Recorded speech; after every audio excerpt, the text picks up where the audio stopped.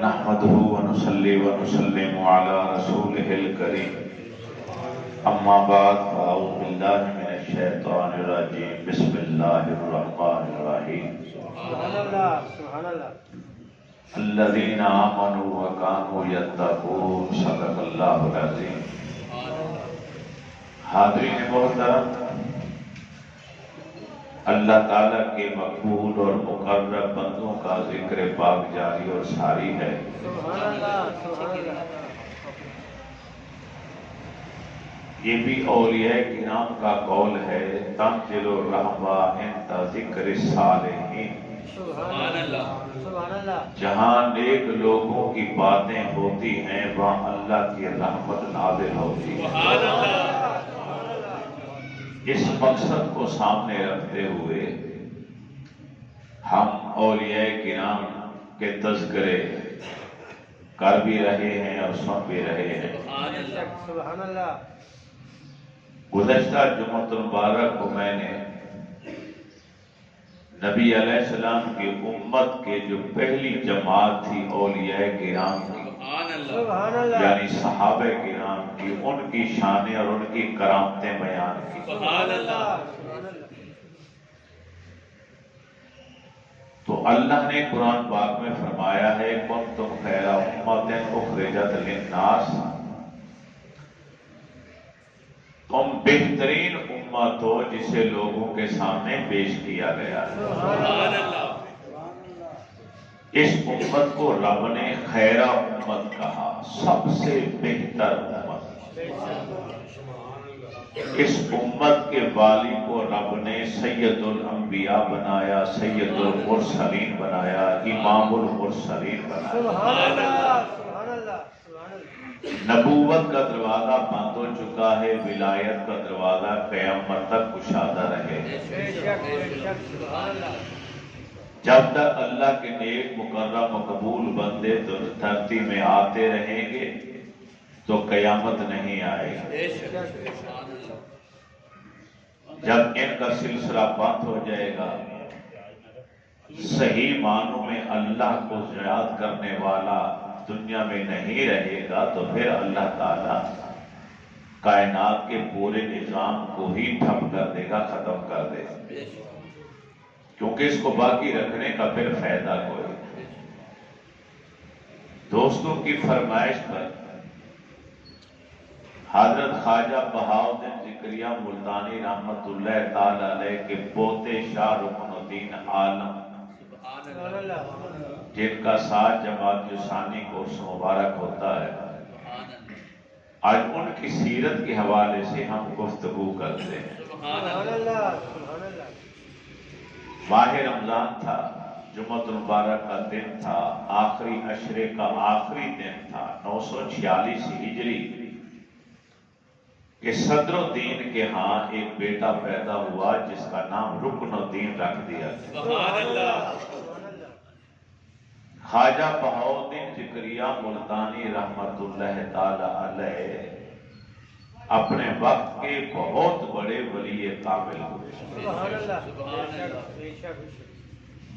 ان کے بڑے صاحبزادے علم الدین تھے، ان کے بعد صدر الدین تھے۔ علم الدین علم طب سے بھی واقف تھے اور روحانیت میں بھی اعلیٰ مقام تھا۔ سبحان اللہ۔ وقت کے بعد بادشاہ آیا کرتے تھے سلام پیش کرنے کے لیے۔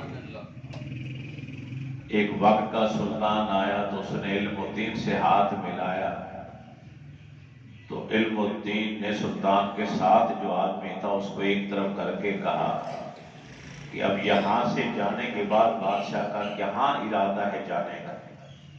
اس نے کہا وہ شکار پر جائیں۔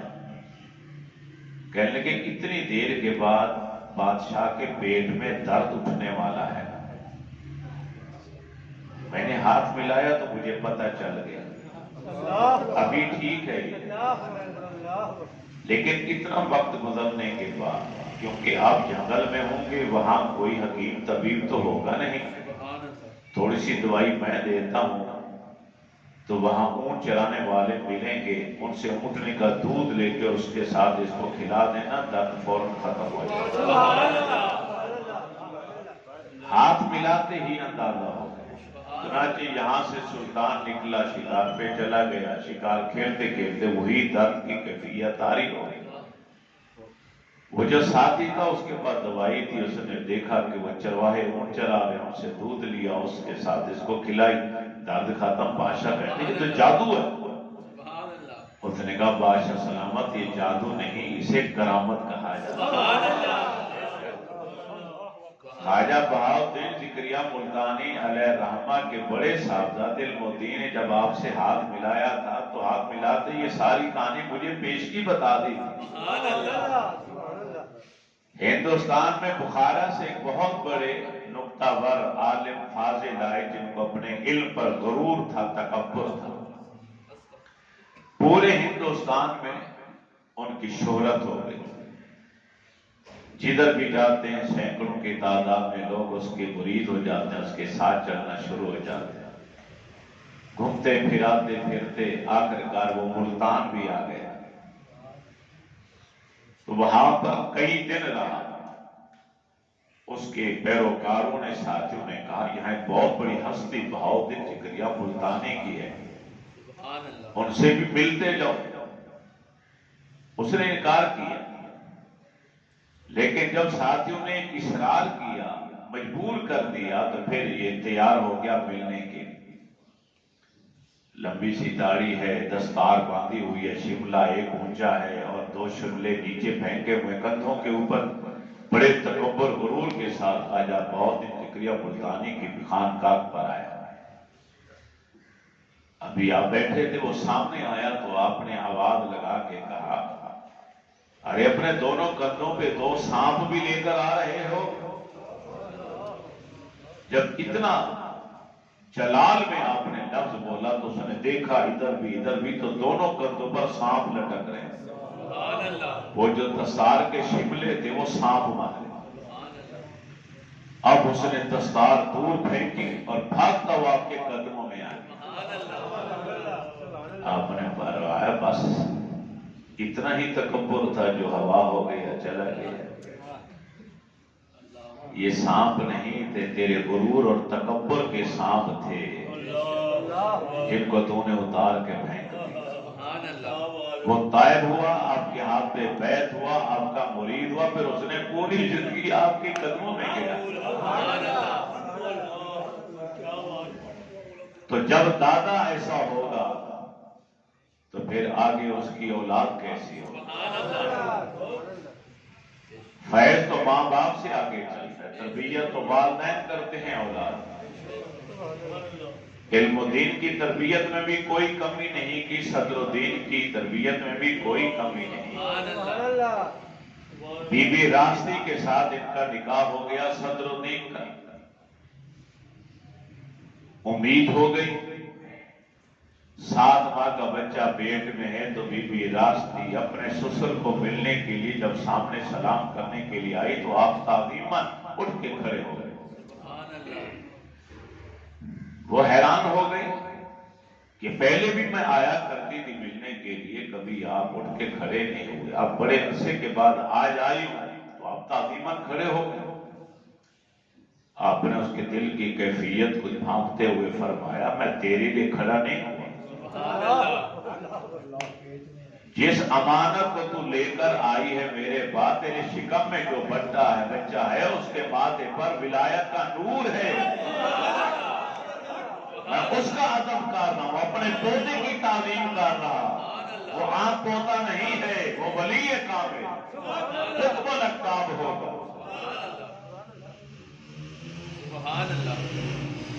بی بی راستی جو والدہ تھی، رکن الدین کی، حافظہ قرآن تھی، بہت بڑی عالمہ تھی۔ رابعہ اصغر نے کہا جاتا تھا کہ رابعہ بصری کی طرح یہ بھی اپنے زمانے کی رابعہ، سارا دن عبادت میں، ساری رات مصلی کے اوپر،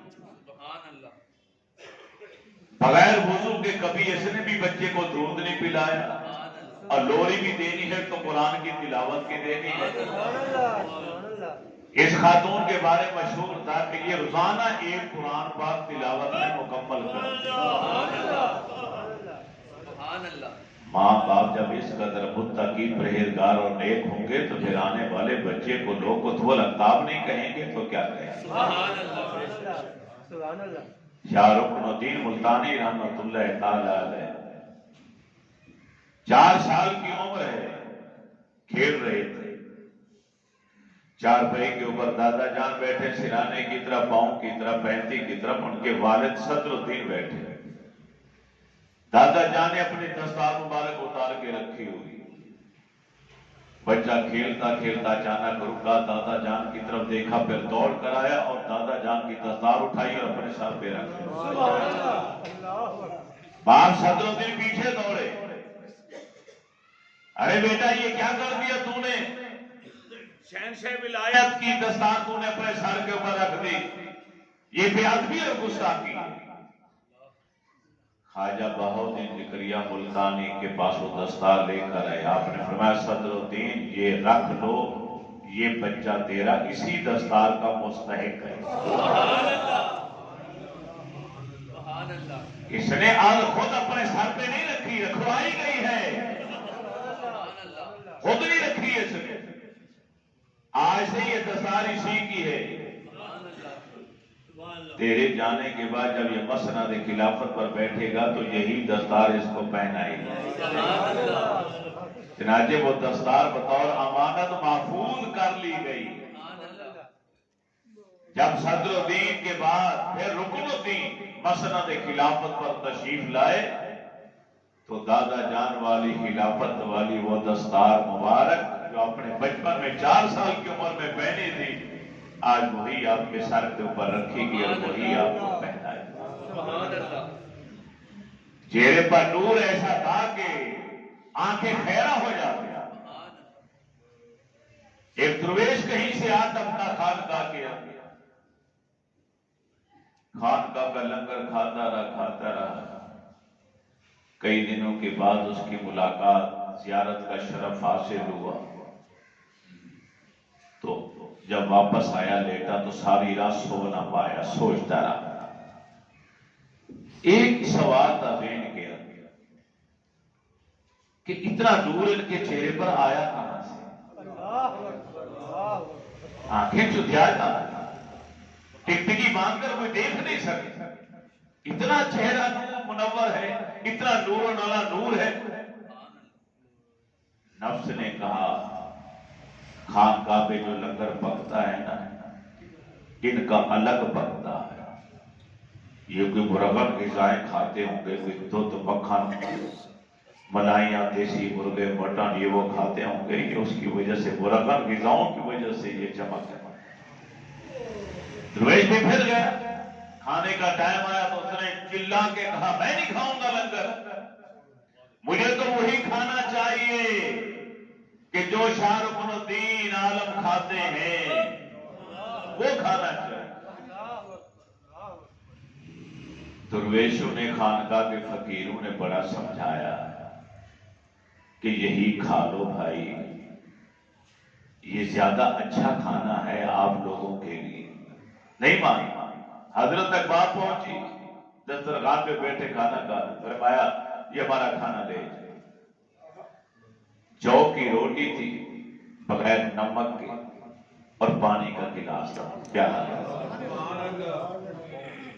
وہ لے آئے، سامنے رکھا، کھاؤ بھی کہتے یہ کیا؟ کہنے کہ آپ نے تو کہا تھا جو حضرت غذا کھاتے وہی لاؤ، یہ تو وہ تو یہی کھا۔ اب وہ دیواروں سے ٹکرے مارے، یہ کیسے ممکن ہے ایک آدمی بغیر نمک کے جو کی روٹی کھائے، وہ بھی پانی کے ساتھ، پھر اس کے چہرے پر اتنا نور؟ حضرت نے فرمایا اس کو ہمارے پاس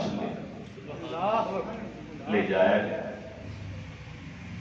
فرمایا یہ نورانیت کھانا کھانے سے نہیں آتی، یہ ریاضت اور عبادت اور تقوی سے آتی ہے۔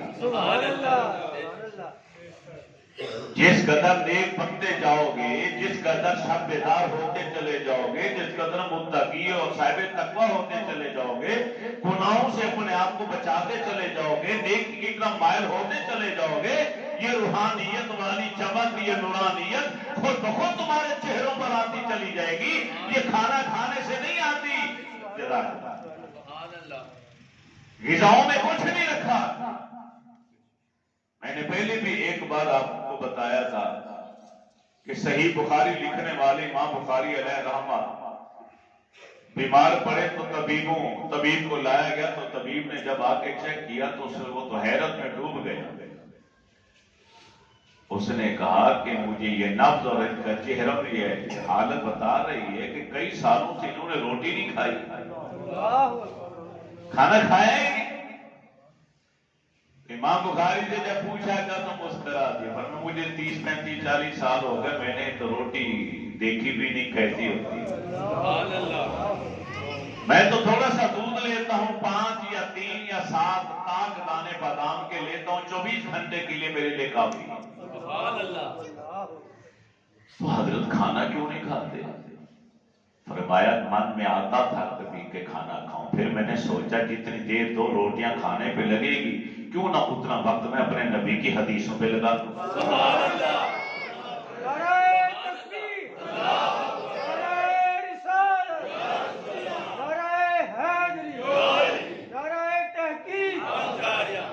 ہم تو سمجھتے ہیں کہ ہماری تخلیق ہمیں پیدا اس لیے کیا گیا ہے کہ ہم نے صرف یا کھانا ہے یا سیر سپاٹا کرنا ہے یا سونا ہے۔ ہم تو اپنے تخلیق کے مقصد کو بھلا بیٹھے ہیں۔ رب فرماتا ہے وَمَا خَلَقْتُ الْجِنَّ وَالْإِنسَ إِلَّا لِيَعْبُدُونَ، اے انسانوں اور جنوں، میں نے تمہیں صرف اپنی عبادت کے لیے پیدا کیا۔ تمہاری تخلیق کا مقصد رب کی پرستش اور پوجا اور عبادت ہے، اس کے علاوہ تمہیں کسی کام کے لیے پیدا نہیں کیا۔ رزق کا وعدہ تو سن لیا، انسان عبادت کو چھوڑ کے رزق کے پیچھے بھاگ رہا، جبکہ موت اور رزق 2 چیزیں ہیں کہ انسان کا تعاقب کر رہے ہیں، انسان کا پیچھا کر رہے ہیں۔ جتنا رب نے رزق لکھ دیا وہ ضرور ملے، جتنی سانسیں رب نے تمہارے مقدر میں لکھ دی، ایک سانس بھی کم نہیں لے سکتے۔ جب تک وہ سانسیں مکمل نہیں ہوگی تمہیں موت ہی نہیں آ سکتی۔ پھر موت کا کاہے کا ڈر ہے، پھر رزق کی کاہے کی فکر ہے؟ جس مقصد کے لیے رب نے بنا کے دنیا میں بھیجا، تمہیں اشرف المخلوقات بنایا، کتا بندر بلا نہیں بنایا، ریچھ اور سور نہیں بنایا، سانپ اور بچھو نہیں بنایا، وہ بھی تو مخلوقات ہیں اللہ تعالیٰ کی، 18 لاکھ سے زیادہ مخلوقات۔ رب نے تمہیں وہ مخلوق بنایا جسے اشرف کہا تھا، انسان بنایا۔ پھر انسان بنانے کے بعد اس نے تمہیں ہندو عیسائی سے مجوسی پارسی نہیں بنایا، مسلمان بنایا۔ پھر مسلمان بنانے کے بعد اس نے تمہارے اوپر کرم نوازی یہ کی کہ اس نے کسی اور نبی کا امتی بنانے کے بجائے اپنے پیارے محبوب کا غلام اور امتی بنایا۔ ارے وہ قادر مطلق تھا، قوم موسیٰ میں سے اٹھا سکتا تھا تمہیں، قوم عیسیٰ میں سے اٹھا سکتا تھا، عاد و ثمود کی قوم میں سے بنا سکتا تھا، جن کی صورتیں شکلیں بدل دی گئی، جن کو زندہ زمین میں درگور کر دیا گیا، دفنا دیا گیا، ان قوموں میں بھی اٹھا سکتا تھا میرا اللہ، مگر رب نے ایسا نہیں کیا۔ اس کی یہ کرم نوازی ہوئی کہ ہم جیسوں کو اگر اٹھایا اور پیدا کیا تو اپنے حبیب کی امت میں سے اٹھایا۔ ایسے بڑا کرم کیا ہوگا اللہ تعالیٰ کا، ایسے بڑی مہربانی کیا ہوگی کہ اپنے محبوب کی امت میں سے بھی اس گروہ اور جماعت میں رکھا ہے کہ جو صرف ادب ہی جانتے ہیں، بے ادبی کا سوچ بھی نہیں سکتے۔ ہمارے پیارے نبی کی امت میں ایسے بھی تو گروہ ہیں جو خدا کے گستاخ ہیں، جو نبیوں کے گستاخ ہیں، جو اہل بیت اطہار کے گستاخ ہیں، جو نبی کے صحابہ کے گستاخ ہیں، جو اولیاء کرام کے گستاخ ہیں۔ اہل سنت کو تو جھوم جانا چاہیے، سجدہ ریز ہو کے رب کا شکر ادا کرنا چاہیے کہ رب نے تمہیں اس جماعت اور اس گروہ میں رکھا ہے کہ جو بے ادبی کا سوچ بھی نہیں سکتے۔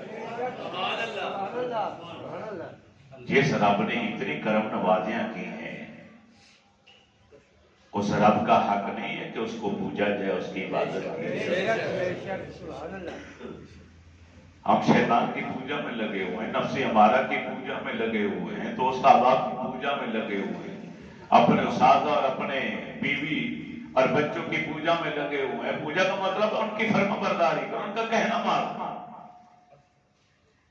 ساری زندگی گزر جاتی انسان کی کہ یا اللہ مجھے یہ دے دے، یا اللہ یہ دے دے، یا اللہ یہ دے دے، یا اللہ یہ دے دے، یا اللہ یہ دے دے. کبھی رب سے ہم نے رب کو مانگا ہی نہیں. رب سے ہر شے مانگتے ہو، رب سے رب کو بھی مانگنا چاہیے. یا اللہ میں تجھے پانا چاہتا ہوں. ہر سچے ولی کی نشانی یہ ہے کہ اس نے رب سے رب کو مانگا اور رب اسے مل بھی گیا. امام جعفر صادق رحمت اللہ تعالی علیہ بیٹھے ہوئے، جب ایک غفیر ہے سامنے، ادھر پانی کا ایک تالاب ہے گہرا، ایک ریوڑ چرانے والا، بکریاں چرانے والا ایک دیہاتی پینڈو آیا، لڑکا نوجوان دوڑتا ہوتا، سلام کرنے کے بعد حضرت کے قریب آ کے بیٹھ گئے. امام جعفر صادق جو امام محمد باقر کے بیٹے، وہ بیٹے امام زین العابدین کے، وہ بیٹے حضرت امام حسین. تو معمولی ہستی نہیں ہے یہ، امام حسین کے پوتے. آگے کہتا ہے مجھے، میرے پاس زیادہ وقت نہیں ہے، مجھے فوری طور پہ نا فقیری دے دو، درویشی دے دو. آپ ہنس پڑے، مسکرا کے فرمایا بیٹا درویشی فقیری اتنا جلدی کیسے مل سکتی ہے؟ اس کے لیے محنت کرنا پڑتی ہے، مجاہدہ کرنا پڑتا ہے، ریاضت کرنی پڑتی ہے، مشقت اٹھانی پڑتی ہے، سالہ سال گزارنے. نہیں میرے پاس وقت نہیں ہے، میری بکری ادھر ادھر نہ ہو جائے، میں نے ریوڑ کا بھی خیال کرنا ہے کہ بکری دائیں بائیں نہ ہو جائے، کسی کی کھیت میں نہ چلی جائے، کوئی پکڑ نہ دے، مجھ کو مار نہ دے. بس وقت کم ہے، آپ مجھے فوری طور پہ درویشی دے. اب بار ایسے بھی ہوتے جب اس نے 3-4 بار ایک ہی جملہ بولا تو حضرت نے اشارہ کیا ساتھی کو کہ اسے اٹھاؤ اور پانی میں پھینک. پانی بڑا گہرا تھا اور وہ تیرنا نہیں جانتا تھا. اب ساتھیوں نے اب پیر و مرشد حکم کرے تو مریدوں پر تو فرض ہو جاتا نا اسے پورا کرنا. انہوں نے 2 آدمیوں نے بازو سے پکڑا، دونوں ٹانگوں سے پکڑا، جھولا جھلایا، چل گئے سیدھا تالاب کے اندر. جب وہ پانی کے اندر گیا تو پھر اوپر آیا، اوپر آ کے چلایا حضرت مجھے تیرنا نہیں آتا، خدا کے لیے بچاؤ میں مر جاؤں گا. 2-4 کو ترس آیا، اٹھے. حضرت نہ رک جاؤ، کوئی نہ نکالے سب ڈوبنے. وہ پھر نیچے چلے، وہ پھر اوپر آیا، پھر اس نے آواز لگائی حضرت خدا کی قسم میں تیرنا نہیں جانتا، یقین کیجئے میں مر جاؤں گا، ہلاک ہو جاؤں گا، مجھے نکالو بچاؤ. پھر بندے اٹھے، رہن دل تھے. حضرت نے فرمایا خبردار اگر کوئی گیا بیٹھے رہو. اب سب بیٹھے. اب تیسری ڈبکی کے بعد جب وہ نکلا تو کپڑے جھاڑتا ہوا پانی کے اوپر چلتا ہوا، کپڑے بھی خوش، جوتے بھی خوش، پانی کے اوپر مسکرا رہا، ہنستے مسکراتے ہوئے کہنے لگا حضرت اتنی سی بات تھی، رب اس قدر قریب ہے، اتنا جلدی مل جاتا ہے سب کچھ. میں تو سوچ بھی نہیں سکتا تھا، مجھے سب کچھ ایک لمحے میں عطا کر دیا گیا. فرمایا ذرا بتا تو صحیح نا ہمیں تجھے ملا کیسے؟ ہمیں بھی تو پتا چلے کیسے ملا، تاکہ لوگوں کو پتا چلے، یہ جو بیٹھے ہیں انہیں پتا چلے. حضرت پہلی ڈبکی کے بعد میں اوپر نکلا، مجھے یقین ہو گیا مجھے کوئی بچا لے گا، لیکن جب آپ نے لوگوں کو روکا میری امید دم توڑ گئی. دوسری بار میں نکلا، پھر میں نے کہا خدا کی قسم میں تیرنا نہیں جانتا، مجھے بچا لو. لوگ اٹھے بچانے کے لیے، آپ نے پھر منع کر دیا۔ 3 بار جب ایسا ہوا تو مخلوق سے میری امیدیں ساری ختم ہو گئی۔ تو پانی کی گہرائی میں میں نے کہا اب تو موت سامنے ہے، کیوں نہ میں اپنے سچے رب کا ہی نام لے۔ ان میں سے تو کوئی مجھے بچانے والا نہیں ہے جو بچائے گا، حضرت نے حکم دے دیا اسے کوئی نہ نکالے، اور رب تو شارک سے بھی زیادہ قریب ہے، اس کو کیوں نہ پکاروں۔ میرے دل میں سارے کے سارے نکل گئے، دل خالی ہو گیا، اور میں نے دل میں اللہ کو موجود پا کر جب اللہ کہا تو مجھے سب کچھ عطا کر دیا۔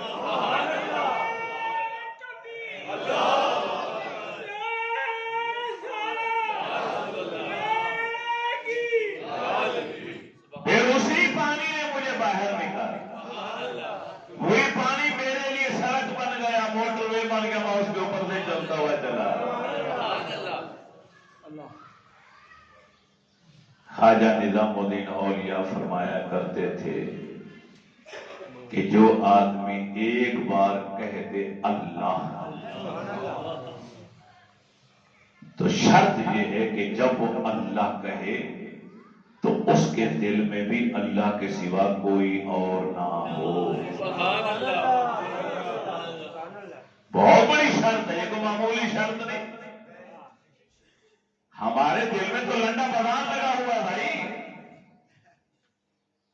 ماں بھی ہے، باپ بھی ہے، بیوی بھی ہے، بیٹا بھی ہے، بیٹی بھی ہے، کاروبار بھی ہے، بزنس بھی ہے، نوکری بھی ہے، یارانہ بھی ہے، دوستانہ بھی ہے، لنگوٹے بھی ہیں، ہمسائے بھی ہیں، بہت کچھ ہے اس کے اندر، حرص بھی ہے، طمع بھی ہے، لالچ بھی ہے، حسد بھی ہے۔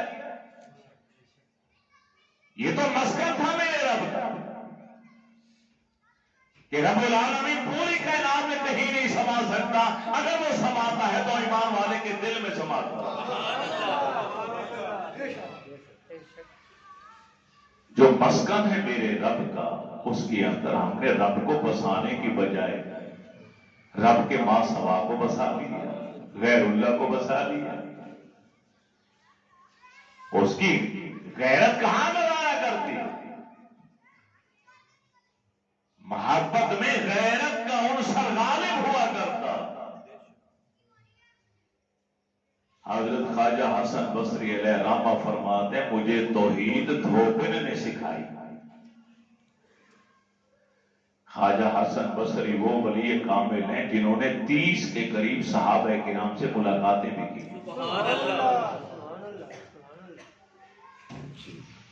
تابعی فرمایا دھوبن نے مجھے سکھایا کہ توحید کیا ہو۔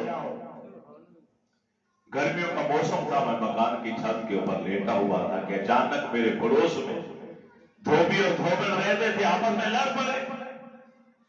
ان کے شور سے میں اٹھ کے بیٹھے تو میرے کانوں میں آواز آئی کہ دھوبن دھوبی سے کہہ رہی ہے تیرے پاس کچھ بھی نہیں تھا مگر پھر بھی میں نے تیرا رشتہ قبول کیا۔ ساری زندگی تنگی سے کاٹی میں نے، محنت مشقت تیرے ساتھ میں بھی کرتی رہی، میں بھی کپڑے دھوتی رہی، نہ اچھی غذا ملی آج تک، نہ اچھا کھانا ملا، مگر تجھے اپنا شوہر سمجھ کر وفادار بیوی کی طرح میں نے پوری زندگی تیرے ساتھ کاٹ لی۔ آج میری غیرت یہ گوارا نہیں کرتی کہ تو فلاں عورت کی طرف دیکھتا ہے تو کیوں دیکھتا ہے۔ فرمایا جب یہ میرے کانوں میں آواز آئی میں نیچے اترا، میں نے رب کا قرآن کھولا، ان اللہ لا یغفر ان یشرک بہ ویغفر ما دون ذلک۔ رب فرماتا ہے جو جتنے مرضی گناہ لیتا رہ جاؤ سارے کے سارے بخش دوں گا، ہاں البتہ یہ گناہ معاف نہیں کروں گا کہ تم میری محبت میں کسی اور کو بھی شریک کر دو۔ سبحان اللہ۔ خواجہ بصری فرماتے ہیں توحید مجھے دھوبن نے سکھائی سبحان اللہ کہ محبت میں غیرت ہوتی ہے۔ یہ نہیں کہ تم زبان سے اللہ اللہ کہو اور دل میں کوئی اور بسا ہوا ہو، پھر اب کہاں سے ملے؟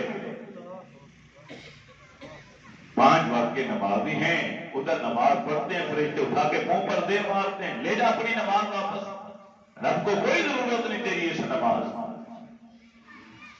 ہم ساری زندگی اسی گھمنڈ میں گزار دیتے ہیں کہ میں نے پوری زندگی نمازیں پڑھی، داڑھی بھی رکھ لی، مسجد بھی آتا رہا، خدمت بھی کرتا رہا، چندے بھی دیتا رہا۔ اللہ تعالیٰ کے ہاں کمیت نہیں دیکھی جاتی، کیفیت کو دیکھا جاتا، شکلوں کو نہیں دیکھتا، دلوں کو دیکھتا۔ ان اللہ لا ينظر الى صورکم، اللہ تمہاری صورتوں کو کبھی نہیں دیکھتا، ولکن ينظر الى قلوبکم، اگر وہ دیکھتا ہے تو تمہارے دلوں کو دیکھتا، سبحان اللہ، کہ تمہاری دو پسلوں کے درمیان دھڑکنے والا یہ دل، اس میں اخلاص رب کے لیے کتنا ہے۔ سبحان اللہ، سبحان اللہ۔ ایک بار میں پہلے بھی یہ بیان کر چکا ہوں کہ دیہاتی دو بابے آپس میں لڑ پڑے، بحث کرتے کرتے لڑ پڑے، اس نے اس کے منہ پر تماچا دے مارا، اس نے اس کے منہ پر تماچا دے مارا۔ دونوں بزرگ ہیں، بابے ہیں، ایک دوسرے پر تھپڑ مار رہے ہیں، ایک دوسرے کے منہ کے اوپر، لوگ اکٹھے ہو گئے۔ پوچھا بھی کیوں لڑ رہے؟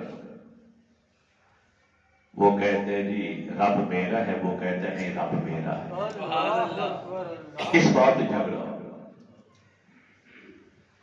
وہ کہتا ہے اللہ میرا ہے، وہ کہتا نہیں اللہ میرا ہے، تیرا نہیں میرا ہے، وہ کہتا نہیں تیرا نہیں میرا ہے، اسی بات پہ جھگڑا ہوا، باپ نے تماچا مارا اس کے منہ پر، اس نے اس کو چپیڑ دے ماری۔ ایسا پیار رب کے ساتھ کہاں سے لے کر آؤ؟ جس دن تمہارے دل میں رب کے لیے ایسی محبت اور ایسا عشق اور ایسا پیار پیدا ہو گیا، پھر دیکھنا کہ کتنا عروج اور کتنا مرتبہ اور کتنا رتبہ تمہیں ملتا۔ میں نے حضرت شبلی کی بات بھی بتائی تھی، آپ کے ذہنوں میں ہو شاید، کہ شبلی علیہ رحمہ بہت بڑے بزرگ گزرے، سبحان اللہ، بچوں نے پتھر مارے تو جسم زخمی ہوا تو خون ٹپکنے لگے، ایک آدمی کو ترس آیا، دوڑتا ہوا آیا، بچوں کو بھگایا، ارے یہ درویش اللہ والا ہے، یہ کوئی پاگل نہیں ہے جس کو پتھر مار رہے۔ جب وہ قریب آیا تو منظر دیکھ کے حیران ہو گیا کہ خون زمین پر گرتا ہے تو گرنے کے فوراً بعد زمین پر اللہ لکھا جاتا ہے۔ خون کا ایک ایک لہو کا قطرہ زمین پر گرتے ہی لفظ اللہ بن جاتا۔ سبحان اللہ، یہ ہے شبلی۔ گھر سے وضو کر کے نماز کے لیے مسجد کی طرف آ رہے ہیں، ابھی راستے میں تھے تو آواز آئی، شبلی ارے ناقص وضو کر کے میرے گھر آئے گا تو؟ نامکمل وضو کر کے؟ وہیں رک سوچ میں پڑ گیا، میں نے وضو کرنے میں کہاں باتیں احتیاط کیا۔ ہم بھی تیزی کے ساتھ جلدی سے وضو کرتے ہیں، یہ نہیں دیکھتے جسم کا کوئی حصہ خشک تو نہیں رہ گیا، دھیان ہی نہیں دیتے، ناقص وضو کر کے آ کے نماز پڑھتے ہیں۔ جب وضو کامل نہیں ہوگا تو نماز مکمل کیا ہوگا؟ نبی علیہ السلام کی حدیث ہے کہ جو مسلمان نماز کے لیے وضو کامل کرتا ہے، ادھر وضو کر کے ہٹتا ہے، ادھر اس کے سارے گناہ بخش دیے جاتے ہیں۔ نماز تو بعد میں پڑھے گا، اس کا اجر تو بعد میں ملے گا، خالی وضو کرنے پر۔ ایک بزرگ فرمایا کرتے تھے کہ جب انسان وضو کرتا ہے تو 4 فرشتے نور کی چادر لا کے اس کے سر کے اوپر باندھ کے کھڑے ہو جاتے ہیں، بشرطے کہ وہ دنیاوی گفتگو نہ کر رہا ہو، صرف وضو کر، وضو کی دعائیں پڑھ، تو 4 نوری فرشتے ایک نوری چادر لا کر اس کے سر کے اوپر تان کے کھڑے ہو جاتے۔ اگر وہ ایک دنیاوی بات کرتا ہے تو ایک فرشتہ ہاتھ چھوڑ دیتا، پھر اگر دوسری بات کرتا ہے دوسری چھوڑ دیتا ہے، وہ بھی الگ ہو جاتا ہے۔ تیسری کوئی بات دنیاوی ہمسائے کے ساتھ وضو کر اس سے بات کی، تیسرا فرشتہ بھی الگ ہو، چوتھی کی تو چوتھا بھی الگ ہو۔ اب بزرگوں نے یہ بات کہی تو مریدوں میں ایک سیانہ بیٹھا ہے، عقل مند بھی مرید ہوتے ہیں نا، کہنے لگا حضرت یہ تو بہت اچھی بات، وہ دنیاوی گفتگو کرے تاکہ فرشتے الگ ہو جائے اور نور والی چادر جو اس کے سر کے اوپر آ کے گر جائے. فرمایا میرے بھائی روحانیت میں نور والی چادر نیچے نہیں آتی، اوپر جاتی. دنیاوی چیزوں کا تعلق زمین کے ساتھ ہے، جو روحانیت والی چیزیں ہیں، تمہارے نیک اعمال ہیں، یہ اوپر کی طرف جاتے ہیں کیونکہ ان میں روحانیت ہوتی ہے، لطیف پن ہوتا ہے، لطف ہوتا ہے. جتنی لطافت زیادہ آتی جائے گی اتنی ترقی ہوتی جائے گی، اتنے اعمال اوپر ہی اوپر چلے جائیں گے. اے شبلی ناقص وضو کر کے میری بارگاہ میں آئے گا، سوچ میں ڈوب گئی یا اللہ کیا کروں، چلو واپس گھر چلتا ہوں، جا کے دوبارہ وضو بنا لے. جب گھر کی طرف قدم اٹھایا پھر آواز آئی، ارے کیسا عاشق ہے تو میرا گھر چھوڑ کر پھر اپنے گھر کی طرف جا رہا ہے. حیران ہو گئی، یا اللہ تیرے گھر جا نہیں سکتا، اپنے گھر بھی نہیں جا سکتا، تیرے گھر کی طرف نہیں جا سکتا کہ وضو نامکمل ہے، اپنے گھر وضو بنانے کے لیے بھی نہیں جا سکتا کہ تیرا گھر چھوڑ کے ادھر کیوں جاؤں.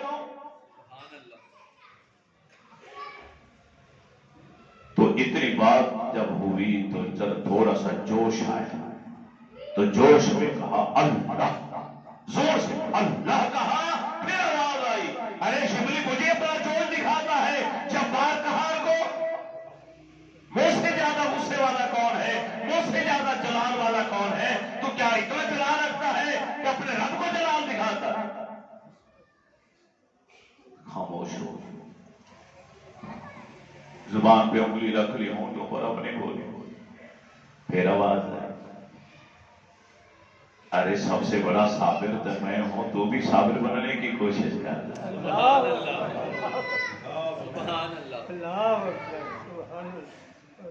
یہ ساری باتیں اشارہ کرتے ہیں جب اللہ کا کوئی ایک مقبول بندہ بن کے رب کو پا لیتا ہے پھر رب اس کے ساتھ اس طرح کی لاڈ کرتا ہے. سبحان اللہ، سبحان اللہ. تو شبلی پر حج کی کیفیت طاری ہونا شروع ہو. آخری آواز، او شبلی اگر میں چاہوں تو تیرے سارے عیب کھول کے بیان کر دوں، کوئی بھی تیری عزت کرنے والا نہ ہو، کوئی تیرا نام لینے والا نہ ہو، سارے تھو تھو کرتے پھرے، کیا ہے اجازت؟ کھول دو تیرے عیب. شبلی پر وجد غالب تھا، اللہ کا عشق غالب تھا. جھومتے ہوئے کہا، آ رب العالمین پھر میدان کے اندر، اگر تو میرے عیب کھول کے بیان کر، میں تیری رحمت کھول کے بیان کرتا.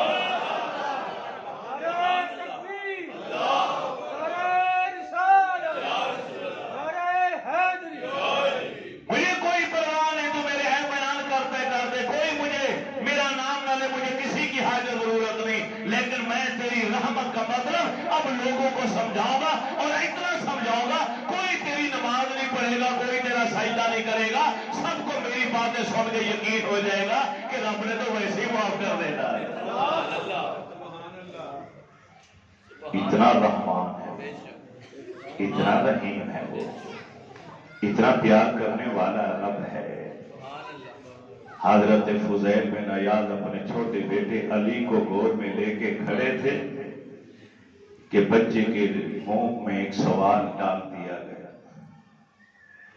بچہ اپنے باپ سے پوچھتا ہے، فضیل بن عیاض جن کا بغان مبارک مکہ مکرمہ میں جنت المالا کیا تھا، جن کی سابقہ زندگی دیکھے تو ڈاکو تھے بہت بڑے، لیکن توبہ کرنے کے بعد وہ اس قدر نیک ہوئے کہ اولیاء کرام کی لسٹ میں ان کا نام ٹاپ پہ آ گیا.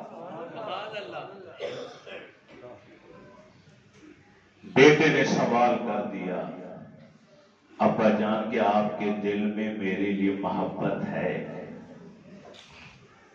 بے ساختہ باپ بول پڑا، ہاں بیٹا میرے دل میں تیرے لیے بڑی محبت ہے، بڑا پیار ہے، میں تجھے بڑے بڑا پیار کرتا ہوں، میرے دل میں تو پیار ہے ہی تیرا. بیٹا خوش ہو گیا. چند لمحے رکنے کے بعد بیٹے نے پھر سوال کر دیا، ابا جان کیا آپ کے دل میں اللہ کے لیے بھی پیار ہے کہ نہیں؟ تھوڑا چونکے ضرور مگر پھر بولے ہاں بیٹا اللہ کا عشق اللہ کی محبت میں میرا دل بھرا ہوا۔ بچہ پھر بولا، کہنے لگے ابا یہ کیسے ممکن ہے کہ دل ایک ہو محبتیں دو جمع ہو جائیں؟ نہیں سمجھے ابا یہ کیسے ممکن ہے کہ دل ایک ہے محبتیں دو کیسے جمع ہو گئی؟ اس میں تو ایک ہی محبت ہونی چاہیے تھی، یا اللہ کی ہونی چاہیے اللہ کی مخلوق کی۔ تو نے میرا بھی پیار رکھا ہے اور اللہ کا بھی رکھا ہوا ہے، پھر تو سچا عاشق نہ ہوا۔ وہیں بیٹے کو زمین پر بٹھایا، سجدے میں گر گئے، سمجھ گئے کہ یہ سوال میرا بیٹا نہیں کر رہا، کوئی اور ذات اس کے منہ سے کروا رہی ہے۔ سبحان اللہ سبحان اللہ۔ من کان للہ کان اللہ لہ، حدیث قدسی ہے، رب فرماتا ہے، میرے نبی نے فرمایا جو اللہ کا ہو جاتا ہے اللہ اسی کا ہو جاتا ہے۔ تم رب کے بن کر تو دیکھو، ہم رب کے بن کر بھی نہیں دیکھتے اور پھر کہتے ہیں کہ رب ہماری ہر بات مانے، ہماری ہر فرمائش پوری ہو، ہماری ہر دعا پوری ہو جائے۔ بھئی رب تو غنی ہے، بے پرواہ ہے، اللہ صمد ہے، وہ بے نیاز ہے، اسے کسی کی حاجت ضرورت نہیں، نہ تیری نمازوں کی ضرورت ہے، نہ تیرے روزوں کی حاجت ضرورت ہے، نہ تیرے صدقہ خیرات کی ضرورت ہے، کسی شے کی کوئی ضرورت نہیں۔ اس امت پر رب کتنا بڑا مہربان، سبحان اللہ سبحان اللہ، اس نے انسان اندازہ نہیں لگا سکتا۔ رب فرماتے ہیں میرے بندے زمین سے لے کے آسمان تک گناہ کرتے کرتے کرتے انبار لگا دے، آسمان کی چوٹی تک ملا دے گناہوں، کتنے گناہ، پوری دھرتی بھر دے گناہوں سے، اور ایک بار سچے دل سے سوری کہہ دے یا اللہ مجھ سے غلطی ہوگی مجھے معاف فرما دے۔ رب فرماتے ہیں مجھے اپنی عزت کی قسم میں پلک جھپکنے سے پہلے تیرے سارے گناہ معاف۔ ایک حدیث کا مفہوم ہے کہ کسی نے اگر سچے دل سے ایک بار بھی زبان سے کہا اللہ، تو یہ لفظ بھی جو ایک بار زندگی میں کہا تھا یہ بھی ایک نہ ایک دن اس کی بخشش کا ذریعہ بن جائے۔ کوئی نماز نہیں پڑھی، کوئی روزہ نہیں رکھا، کوئی حج نہیں کیا، کوئی عمرہ نہیں کیا، کوئی عبادت کی نہیں، کوئی عبادت نہیں، صرف زندگی میں ایک بار سچائی کے ساتھ اس نے میرے رب کا نام لیا تھا۔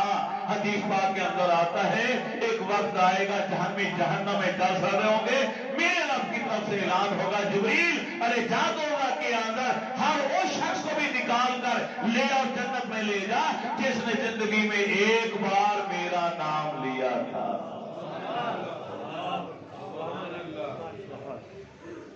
بی بی راستی نے نوکرانیوں پر شرط لگا رکھی تھی کہ میرا بچہ اب بولنے والا ہے، لہذا گھر کے اندر اللہ کے اسم ذات کے علاوہ کوئی اور جملہ نہ بولا ہے، تاکہ میرا بیٹا اگر بولے تو اللہ کا اسم ذات اس کے منہ سے نکلے۔ اور شاہ رخ الدین عالم نے جب بولنا شروع کیا تو سب سے پہلے اللہ کہا اور آخری دم تک اللہ ہی کہتے رہے۔ 7 جماعت ثانی مغرب کی نماز مکمل کی، اوابین کے نوافل پڑھتے ہوئے سجدے میں گئے اور وہیں روح پرواز کر نماز کی حالت میں اوابین کے نوافل پڑھتے ہوئے سجدے کی حالت میں روح پرواز۔ خواجہ نظام الدین اولیاء رحمت اللہ تعالی علیہ سے بے پناہ پیار تھا، بے پناہ عقیدت تھی، ان کا جنازہ بھی انہوں نے جا کے دہلی میں پڑھایا اور ساری زندگی فخر کرتے رہے کہ رب نے مجھے اسی کام کے لیے دہلی بھیجا تھا کہ میں نظام الدین اولیاء کا جا کے جنازہ پڑھا۔ فرمایا کرتے تھے کہ جب میری آخری ملاقات ہوئی اس ملاقات کے فوراً بعد آپ کی روح پرواز کر گئی۔ اس ملاقات میں آپ نے فرمایا رکن الدین اچھا کیا تو آ گیا، تیرے آنے سے تھوڑی دیر پہلے اونگ آ گئی اور اونگ میں مجھے دیدار رسول ہوں۔ کہ اپنے نبی کی زیارت ہوئی، نبی علیہ السلام نے فرمایا ہے نظام ہم مشتاق ہیں تیری ملاقات کے لیے، کب آؤ گے ہمارے پاس؟ ہمارا دل چاہتے جلدی آؤ ہم تم سے ملیں۔ غلام ہو تو ایسا، امتی ہو تو ایسا ہو۔ کلمہ پڑھنے والا غلام اور امتی ایسا ہونا چاہیے جو اپنی زندگی کے شب و روز قرآن اور سنت کے دائرے میں رہ کر اس انداز میں بسر کرے کہ کالی کمری والے کو پیار آ جائے اور کالی کمری والا پکارے کہ میں ملنا چاہتا ہوں اپنے اس غلام سے، میرا دل چاہتا ہے میں اس سے ملوں۔ اتنا سنا تو شاہ رخ الدین عالم کی چیخیں نکل گئی، سارے مریدین دارو کرتا رو رہے تھے، سمجھ گئے کہ اب یہ چند لمحوں کے مہمان ہیں۔ اس کے بعد وہ عالم بلند دوا سے کلمہ پڑھا چلے گئے۔ اب ان کا جنازہ پڑھانے والے رکن الدین کیا ہیں کہ سجدے کی حالت میں جان دے، سبحان اللہ، وہ آج بھی نماز میں ہیں، آج بھی نماز کی حالت میں ہے، کیونکہ نماز مکمل نہیں ہوئی، سلام نہیں پھیرا کہ روح پرواز کر۔ ملتان میں آپ کا مقبرہ مبارک۔ آخری بات کرتا ہوں ایک آدھے منٹ میں، آپ کی کرامت کے لحاظ سے بڑی مشہور ہے ملتان کے اندر۔ دو ہندو بہنیں تھیں جو دل میں آپ سے عقیدت رکھتی ہیں، ان کی قبریں آج بھی وہاں ملتان میں دونوں بہنوں کی موجود ہیں۔ ایک بڑی ایک چھوٹی، بڑی بہن جو تھی ہندو لڑکی، وہ دودھ جانور رکھے تھے گھر میں، دودھ دھوتی تھی اور خالص دودھ لے کے آپ کی بارگاہ میں آ کے پہنچایا کرتی۔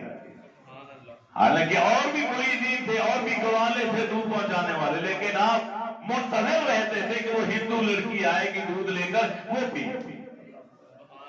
ایک دن آپ کو ایسا پیار آیا کہ اس پہ توجہ ڈالی تو وہ بیٹھ کے کہتی حضرت مجھے کلمہ پڑھائیں۔ شاہ ولی اللہ باتیں سے پہلے فرماتے ہیں کہ سچے ولی کی نشانی یہ ہے کہ اگر وہ بیمار پر توجہ ڈالے تو بیمار ٹھیک ہو جاتا ہے، اگر کسی کافر پہ توجہ ڈالے اسے کلمہ نصیب ہو جاتا ہے۔ آپ نے کلمہ پڑھایا، وہ مسلمان ہو گئی، خفیہ طور پہ اللہ کی عبادت کرتی رہی، گھر والوں کو پتہ ہی نہیں کہ یہ مسلمان ہو چکے، اس کی بہن کو آخر کار وہ ایک وقت آیا فوت ہو۔